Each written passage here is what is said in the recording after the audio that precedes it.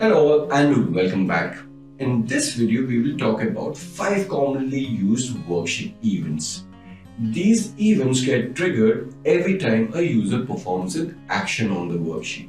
For example, selecting a cell in a worksheet, entering data, switching between the worksheets, and so on. So like I said, every time you perform an action, these events get triggered. If you are learning VBA programming from scratch, then understanding how these events work is absolutely crucial. These will empower you as a programmer. So let's begin. Let's launch the Visual Basic Editor.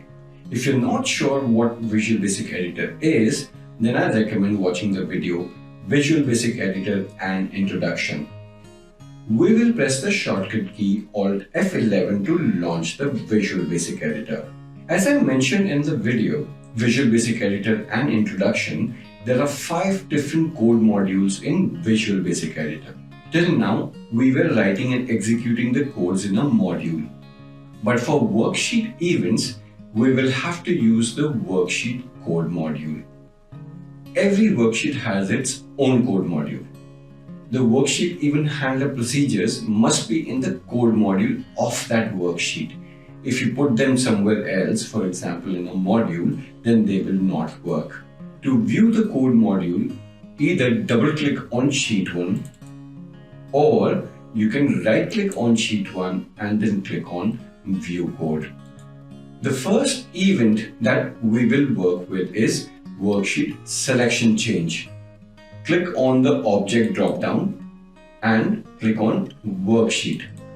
Excel by default inserts the selection change event procedure. We will be working with this event first. The worksheet selection change event handler procedure executes when the selection on the worksheet is changed. Before we begin, let's understand the structure of the procedure. The worksheet selection change takes target as a parameter.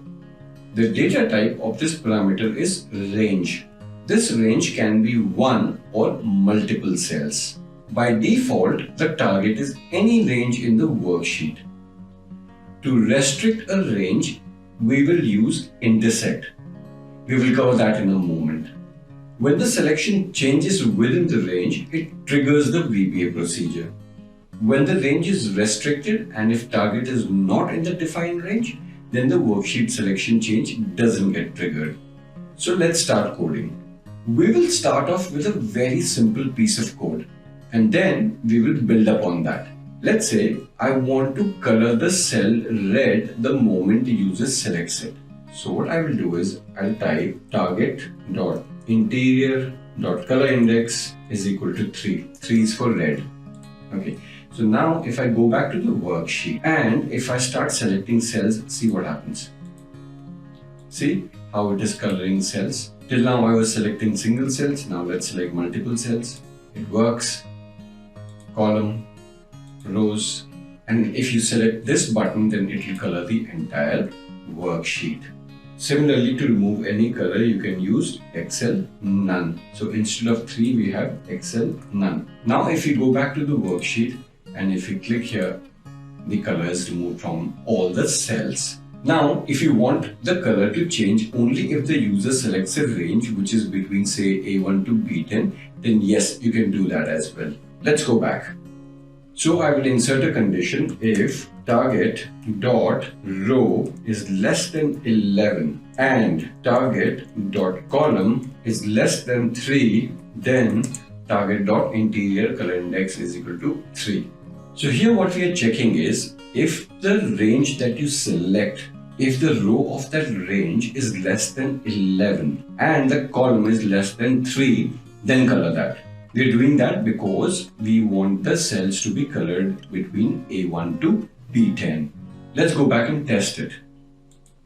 So if I select any cell outside A1 to B10, see nothing happens. But when I click on A2, the cell gets colored. Or B10 also gets colored. But the moment I select B11, nothing gets colored. Now the problem that we may face is that if you select cells which is overlapping the desired range, which is A1 to B10, and the undesired range, which is, let's say, B11 to B15, then those cells will also get colored. For example, if I select B1 to B15, now when I select this and I leave my mouse button, these cells get colored. But we did not want B11 to B15 getting colored. So now we will handle that as well. So this is where we will use something which is called Application.Intersect method. Let's go back. I'm going to comment this for a moment so that I can remove the color from the cells. Let's go back, and then I will uncomment the block. The intersect method returns a range object that represents the rectangular intersection of two or more ranges. If one or more range from different worksheets are specified, an error is returned. I have saved a set of codes from beforehand. We will use that. Once I copy the code here, I will explain what the code is doing and then we will test it. Let me copy the code from the module where I have kept it commented. So I'm going to use this piece of code first. Let's uncomment this. Let me explain what the code is doing here. Here I have an object variable of type range. Here I'm setting it to the desired range, which is range A1 to B10. Here I have another object variable and this will check whether the selected range intersects with the desired range. And here if it intersects, then I'm coloring the cell red. So let's test this. I'll go back to the worksheet. Now when I'm selecting range like this, nothing happens. When I'm selecting A1, it colors. Now if I select B1 to B15, see what happens. Only B1 to B10, which is my desired range, gets colored. Now let me share an interesting fact with you. There are times when you would like to restrict users to only one cell. Here we restricted user from A1 to B10, which is multiple cells. So there are scenarios when you want to restrict the user to only one cell. For example, if user selects more than one cell, then you do not want the code to execute. In that case, we use CountLarge. Note, I said CountLarge and not count. You will notice many of the online tutorials using count. Please do not do that. The CountLarge property is functionally the same as the count property, except that the count property will generate an overflow error if the specified range has more than 2147483647 cells. The CountLarge property, however, can handle ranges up to maximum size for a worksheet, which is 17179869184 cells. The CountLarge was introduced in Excel 2007 onwards because target.cells.count returns a long value, which can error out in Excel 2007 because of increased total cells count. Let me give you an example. So let me go back to the code. So what I'm going to do is I'm going to comment this for a moment. And then I will type msgbox target.cells.count. Now, when I go back to the worksheet and I select one cell, it says 1, which is fine. If I select 5 cells, it gives me 5, which is also fine. Now notice what happens when I select all cells. I get an overflow error because target.cells.count returns a long value. And the number of cells in this worksheet is much more higher than what a long value can hold. So what I'm going to do is I'm going to stop this code and I'm going to change this to large, CountLarge. Okay, so let's go back. Again, if I select one cell, it gives me 1. If I select 5 cells, it gives me 5. Now notice when I select all the cells, what happens? It gives me 17179869184 cells. So there are these many cells in a worksheet. So always remember to use CountLarge instead of count. So let's go back. I'm going to comment this for a moment so that I can remove the color from the cells. So Coming back to what I was saying, let's try and restrict the coloring of the cell to one cell.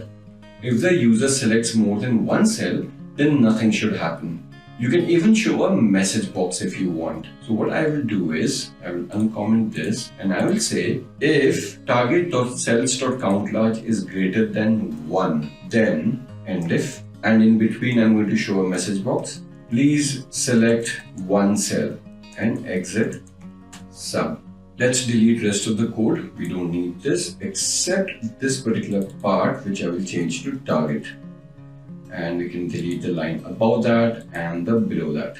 So what I'm finally doing here is I'm checking if the user has selected more than one cell, and if the user has, then I show a particular message and then I exit the sub. If the user has selected only one cell, then I color that cell red. So let's go back and I'm going to test this now. So when I select more than one cell, I get a message box. Please select one cell. If I select one cell, it gets colored. Similarly, if I select a column, I get the same message. If I select a row, I will get the same message. The next thing that we will cover is how to avoid an infinite or a recursive loop. So let's go back to the code. Let's take an example. So what I'm going to do is I'm going to delete this and I will type target.offset, 1.select. So what is happening here is I am telling the code that the moment I select a cell, select one cell towards the right. So the code goes ahead and selects another cell, and in that process it triggers the selection change again, and again it selects on the cell towards the right, and the process goes into a recursive loop. Now here it is not a problem because Excel has 16,384 columns. So the moment it reaches the last cell, this code will error out. But there are a lot of scenarios where you can actually get into an endless loop. Let me put a breakpoint on target.offset select to show how this becomes a recursive loop. Now I'll go back to the worksheet and I'll select the first cell. See, this line will get executed next. If I press F8, it goes back to worksheet selection change. Ideally, it should have just gone to end sub and it should have ended the code. So how do we solve this issue? I'm going to stop this code. To prevent recursive loop and in some cases infinite loop, we use the Application.EnableEvents property. We will switch off events so that the looping doesn't happen. So what I'm going to do is I'm going to switch off the event. I'll type Application.EnableEvents, which is right here, is equal to false. And then I will set it back to true at the end. Now, if I put a breakpoint on target.offset.select, see what happens. I'm going back to the worksheet. Now, when I select a cell, the code comes to this line, which is as expected. Now, I'll press F8. It goes to Application.enable.events is equal to true. See, it did not jump back to selection change. That was because we switched off events. And if I press F8 again, it goes to end sub and it terminates the procedure. So always switch off events in case you feel your code can create a recursive or an infinite loop. One important thing before we continue. Whenever you're switching off events, use error handling to turn it back on. Else, if you get an error, the code will not run next time. In fact, if you're ever working with events, whether it is Application.EnableEvents or screen updating is equal to false or whichever event, always use proper error handling. Now I'm going to demonstrate what will happen if you do not use proper handling when an error occurs. So what I'm going to do now is I'm going to comment this for a moment because I want to move cells in a worksheet and I don't want this code triggering. I'll press the end button and then I'll press the right button so I go to the last cell. Now let's go back to the code and now I'm going to uncomment it. So what happens is, now let's go back to the worksheet again. Now if I select a cell anywhere in the XFD column except the currently selected cell, as per the code it should select a cell on the right side. But this is the last cell. So there is no cell after XFD column. So it will give me an error. So I click on this, I get an error, and this line is highlighted. Obviously, the code cannot go ahead, so you will stop the code. Now see what happens. If I go back and I select any other cell, nothing is happening. That is because the events are off. And how do I know that? If I copy this line and I go to the in-gate window and I type question mark Application.EnableEvents is equal to false, it gives me a true. That means the events are false. And if the events are false, the code will not work. In such a scenario, you will have to manually switch on events. So I'm going to type true and I'll press enter. So the events are now on. I'm going to introduce error handling now. I have a code ready. Let me copy it from the module.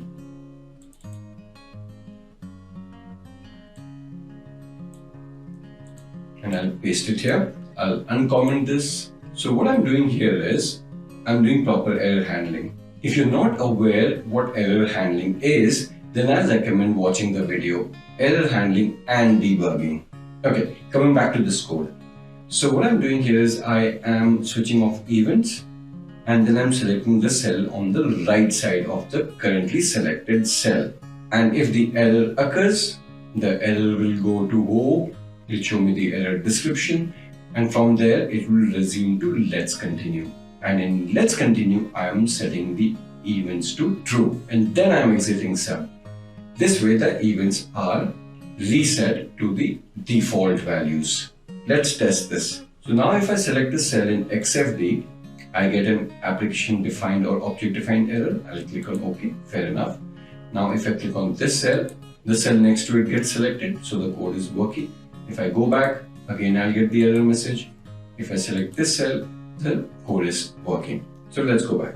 Now I'm explaining all these in worksheet selection change event because we will be using all these, that is CountLarge, Intersect, Enable Events, avoiding recursive infinite loops, etc. and other procedures as well. This way, when I use them there, you will immediately relate to it. The next function we will cover is worksheet change event. The worksheet change is triggered when cell or cells on the worksheet are changed by the user or by an external link. This event does not get triggered when cells change during a recalculation. And if you want to trap a sheet recalculation, for example, cells changing because of a formula, then you will have to use the worksheet calculate event. I will cover that in a short while. So let's delete everything here. Let me go back to the worksheet. Let me navigate to the first cell, remove all colors. Okay, we have reset the worksheet. I have some data stored in sheet 2. I'm going to copy that and I'm going to paste it in sheet 1. Let's auto-fit the columns. Okay, so that we can see all the headers clearly. So what I want to try here now is, I want to enter a quantity in column C and the column D should be automatically populated with the total price, which is selling price multiplied by quantity. To achieve this, we will use the worksheet change event. So let's go back. Click on the object drop-down and click on the worksheet. Excel by default inserts the selection change event procedure. That's okay. We will delete this later. Now click on the procedure drop-down and click on change. And you will notice that Excel inserts the worksheet change procedure. Now we can delete the worksheet selection change. The code logic remains the same, just like we saw in the selection change procedure. Let me copy the code from the module and paste it here.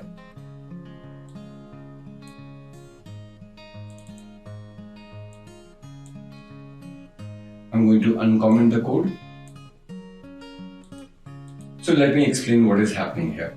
So this is my desired range, which holds the range C2 to C5. So if I go back to the worksheet, this is C2 to C5. Here I'm checking if the changed cell intersects the desired range. And if it does, then I'm looping through all the changed cells. And then I'm saying changed cell dot offset dot value, which is column D, is equal to column B multiplied by column C. I introduced a loop so that in case you change multiple cells together by copy pasting, then all the relevant cells in column D gets also updated. If you change one cell, then the loop will only run once. And if you change, let's say, 3 cells, then the loop will run 3 times. The 1 in the offset talks about the column. So when I say 1, it means to the right. When I say -1, then I'm talking about the column which is on the left side. I will cover the offset function in one of my future videos. So let's go back and let's test it. So let's say I want to enter a quantity 5. The moment I type 5 and I press enter, I get 205 in column D. Similarly, if I change this cell to 2, I will get the total price 44, which is 22 multiplied by 2. Now let's test if the multiple cell change is working. So what I'm going to do is I'm going to type, let's say, 3 here. So 3 is the quantity that I want to copy and I want to paste it here. See, the moment I pasted it here, all the cells in column D got updated.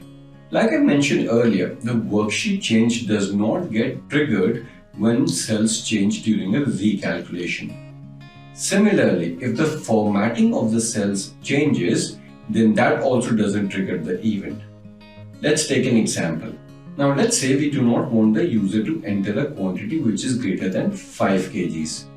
So what I'm going to do is I'm going to clear the cells. I'm going to delete everything here. So obviously, the moment I deleted the cell, the worksheet change event fired and it multiplied 41 by blank, which is equal to 0, and I got the total price as 0. I'm going to delete this and I'm going to go back to the code. Let me delete this code and copy fresh code from the module.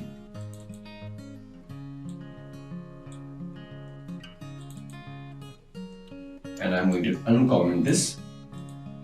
So this part remains the same. Here inside the loop, what I'm doing is I'm checking if the value of the cell is greater than 5. Then change the color of the cell to red.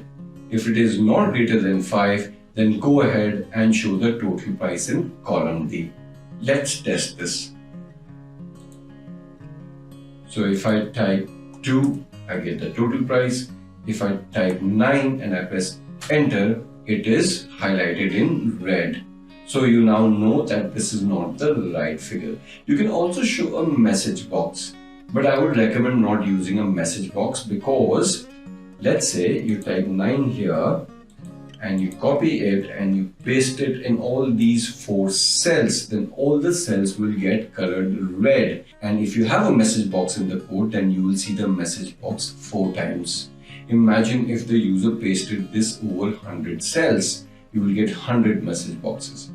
Yes, you can control that as well using intersect, but it's advisable not to use message boxes unnecessarily in the worksheet events. So now if I delete this 9, the color of the cells does not change. So what we can do is we can go back and here we will copy this line and we will paste it here and we'll say Excel none. This way, if I go back and if I type 3, the color goes away. Similarly, if I select these cells and I press the delete button, the color is removed from the cells. Here as well, if you do not take care, you can end up with an infinite loop. Let me give you a demonstration. I'll go back to the code and I will delete this code and I'll type a very simple statement. I'll say range d2.value is equal to range b2.value 2 multiplied by range c2.value 2. Now this code looks pretty harmless, but this can actually cause an infinite loop, and that is because the moment you change the value in D2, the worksheet change event will get triggered again, and then again the D2 will change and again the worksheet change will get triggered. So let's test this. So I'm going to put a breakpoint on this line so that I can stop the code, it does not enter into an infinite loop. So let's go ahead and let's test it. Now I'm going to type 5 here. So the moment I type 5, this gets highlighted. Now let me press F8, and you notice that instead of going to end sub, it went back, because the moment the cell changed, D2 dot value also changed, which further triggered the worksheet change. If I press F8 again, it comes here, the D2 changes again, and the worksheet change is triggered again. I'm going to stop the code, otherwise this will get into an endless loop. So here as well, we can switch off events to prevent an infinite loop. Let me copy the code from the module, and I'll paste this here, and then I'll uncomment this. So if you notice, the code is similar. We have switched off the events, then we have this D2 line, and then if the error occurs, it will go to O, it will show the error description, and it will go to let's continue, and it will switch on the events and exit gracefully. Let's go back to the worksheet and let's check if this works properly. Note that the value in D2 is changing, so I'm going to go back, I'm going to delete the cells here. The very fact that the code did not crash when I deleted these cells shows that the code is working. Now if I type 5 here, I get 205. So the code is working absolutely fine. Moving on to the next worksheet event, which is worksheet activate. Let's go back. I'm going to delete this. The worksheet activate event is triggered when a workbook, worksheet, chart sheet, or embedded chart sheet is activated. So for this example, we will use sheet 3, which I've named as instructions. But before we code, let me go to the worksheet so that I can show you how it looks like. Let's say this is a worksheet that you've created with a lot of instructions here. And whenever a user comes to this worksheet, you want to inform the user that you are in the instruction worksheet, you read the instructions carefully. And when the user is moving on to the other worksheet, then you are confirming with the user whether the user has read all the instructions by showing him a message where he can click yes or no. Let's try to achieve this. So let's go back to the code. Double click on sheet 3 to access the sheet 3 code module. Click on the object drop-down, select worksheet. Excel by default again inserts the selection change event procedure. That's okay. We will delete this later like we did earlier. Now click on the procedure drop-down and click on activate. The Excel inserts the activate procedure, deleting the worksheet selection change. We don't need that. And here I will type a message, MSG box, you are now on instruction sheet. Please read the instructions carefully, and we are done. So now if we go back to the worksheet, for the worksheet activate event to trigger, we'll have to go to sheet 2 or sheet 1 and then click instruction worksheet again. And the moment you activate the instruction worksheet, you get the message, you are now on instruction sheet. Please read the instructions carefully. So I'm going to click on OK. Now, when I move to other sheet, then I want my second set of instructions to be shown. In such a case, I will use the deactivate event. Like we have the activate event, we can also use the deactivate event. In this, I can say, for the deactivate event, let me copy the code from the module. And I'll replace it with this code. I will uncomment this. So what I'm doing here is I'm showing a message box when the user tries to select another worksheet. The message box says, you are leaving the instruction sheet. Hope you have read the instructions carefully. And if the user selects no, then it goes back to instruction sheet and it doesn't let you move to another worksheet. Only if you press yes, can you move to other worksheet. If you notice here, I'm using enable events is equal to false. That is because when the user presses no and I activate the worksheet activate event is triggered again. And then you will see a second message box, which is you are now on instruction sheet. We don't want that to happen. And that is why we are using enable events is equal to false. Let's test this. So now I am on instruction worksheet. The moment I click on sheet 2, I get a message box. It says you are leaving the instruction sheet. Hope you have read the instructions carefully. So if I press yes, then nothing happens. It lets me move away. If I go back, obviously I'll see the message, you are now on instruction sheet. Please read the instructions carefully. I click on OK. The moment I click on sheet 2, I get the same message. It's asking me if I've read the instructions carefully. This time, instead of pressing yes, I'll press no. And you'll notice that I go back to the instruction worksheet. One important thing regarding worksheet activate event. It will not get triggered when you move between workbooks or when the workbook is opened. This event is only triggered when you move between worksheets in the same workbook. The next event we will cover is the worksheet calculate event. So let me go back to the first worksheet. Okay, yes, I have read it. In fact, let me go back and let me delete the code in instruction worksheet so that I don't see the messages again and again. Right, going back to the worksheet, let me clear this sheet as well. Now what I'll do is I will type fruit name in column A, and in column B I will type total cost. Next I will type, let's say, apple in A2, and in B2 I'm going to insert a formula is equal to sheet 2 D2. So I'm referring to this cell in this formula. Okay, right now it's 0 because there's nothing entered in D2 of sheet 2. Now what I want is every time the formula in B2 gets updated, I should be notified with the old value and the new value. So let's go back. Here we will use two events in two worksheets to achieve what we want. The first thing that we will do is we'll go to the module and we will create a variable called old value. I'm going to use this variable to hold the old value of the cell. Next, I will go to sheet 2. And here in the worksheet activate event, I'm going to store value in the old value, which is equal to sheet 1 dot range B2 dot value. Why B2? Because that is the cell which has the formula. See, this is B2. I can delete the worksheet selection change. Finally, we will create a worksheet calculate event in sheet 1. So let me quickly copy the code from the module and I'll paste it here. I'll uncomment the code.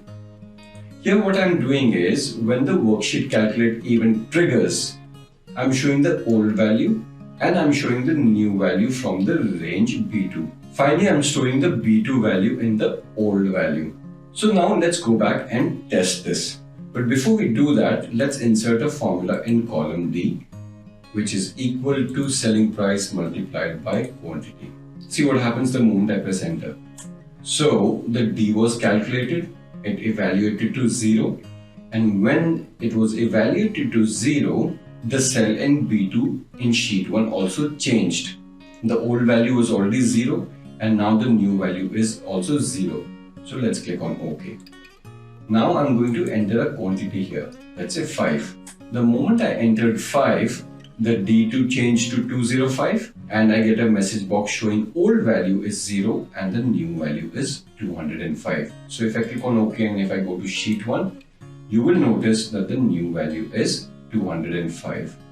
Again, if I go back and I change this to 10, so the new value becomes 410 and the old value is 205. So the worksheet calculate event triggers whenever the worksheet recalculates. The final event that we will work with is worksheet before double click. The worksheet before double click event is triggered when a user double clicks on a cell in a worksheet. So let's go back. I'm going to delete all the code here. I'll delete it from sheet 2 as well.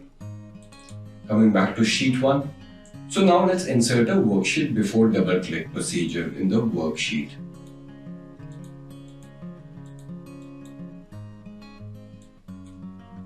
The worksheet before double click takes two arguments. Before I explain what these arguments are for, let's go back to the worksheet. I want to explain something. Let's go to sheet 1. Now when I double click on any cell, see what happens. The cell enters the edit mode and you can see the cursor blinking. Now let's go back to the code. So coming back to the arguments, Target is the cell where the user double clicks. So the cell we just double clicked is the target.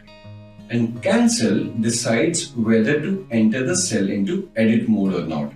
The default value is false, which means that the cell should enter edit mode when the user double clicks. There are times when a user double clicks on a cell and you want to prevent the user to edit that cell. In such a scenario, you can use cancel is equal to true. So when you use cancel is equal to true, the cell does not get into edit mode. You can also show a message box informing the user that he is not allowed to edit the cell. Let me quickly copy the code from module 1 and then I'll explain it.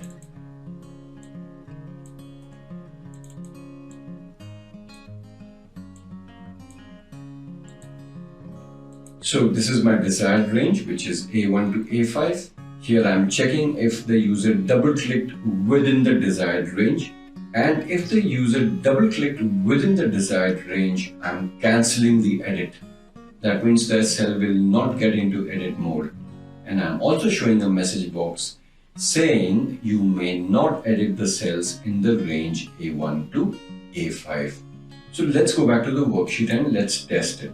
So this is A1 to A5. I'm going to color this cell to light green so that we know that these are the cells that the user cannot edit. Now when I double click on any cell outside this range, I'm able to see. But if I double click on any cell within A1 to A5, see what happens. I get a message, you may not edit the cells in range A1 to A5. I'll get the same message box when I double click on A5. You can also use double click event to toggle a value. For example, if I want the user to select yes or no in a cell by double clicking, then I can do that as well. So let's clear this. Let's say we have, would you like to book an appointment? And in B1, when the user double clicks on the cell, I want it to change values. If it is blank, then show yes. If it is yes, then show no. If it is no, then show yes. So the user can toggle between yes and no. Again, to achieve this, we can use worksheet before double click event. Let's go back to the code. And now I'm going to edit this code. I'll change A1 to A5 to B1 because I want the double clicking to happen on cell B1. Here, I'll delete the message box and I will type select case target dot value and then I'll type case blank, then target dot value is equal to yes. Similarly, if the value is yes, then the target dot value should be no, and if the value is no, then it should be yes. And we are done. So let's test this. I'll go back to the worksheet. Now let's double click on cell B1. So if I double click on it, the cell should be populated with a yes. So let's test it. And I get a yes. Now if I double click again, it should change to no. And similarly, if I double click again, it should change back to yes. So you saw how we used before double click to toggle values in a cell. Time for a quick recap. In this video, we learned about 5 commonly used worksheet events. We also learned how to restrict a range using intersect and CountLarge. And we also learned how not to fall into the trap of creating a recursive or an endless loop. Like I said, the possibilities are endless when you're working with worksheet events. It empowers you as a VBA programmer. I hope this video was easy to understand, but if you still have any questions, feel free to leave a comment in the comment section below, or you can also email me on support@tamexcel.com. I also have a Facebook page. Feel free to join that. The link is in the description below. If you have any questions, feel free to post it there. If I'm online, I will definitely answer your question. Otherwise, there are other experts who would love to help you out. A quick reminder, I'll be posting 2 videos every week, one on Monday and the other on Thursday. If you like the kind of videos that I'm putting up in the channel and if you would like to extend support, then go ahead, watch a couple of videos, drop a couple of likes. And if you're learning VBA programming from scratch, then go ahead and watch the playlist specifically, because that is where I have kept the videos in a particular sequence which will help you in learning VBA programming from scratch. And if you still have not subscribed to this channel, then go ahead and subscribe to this channel by clicking on the bell icon. And I will see you in the next video when I bring to you 5 commonly used workbook events.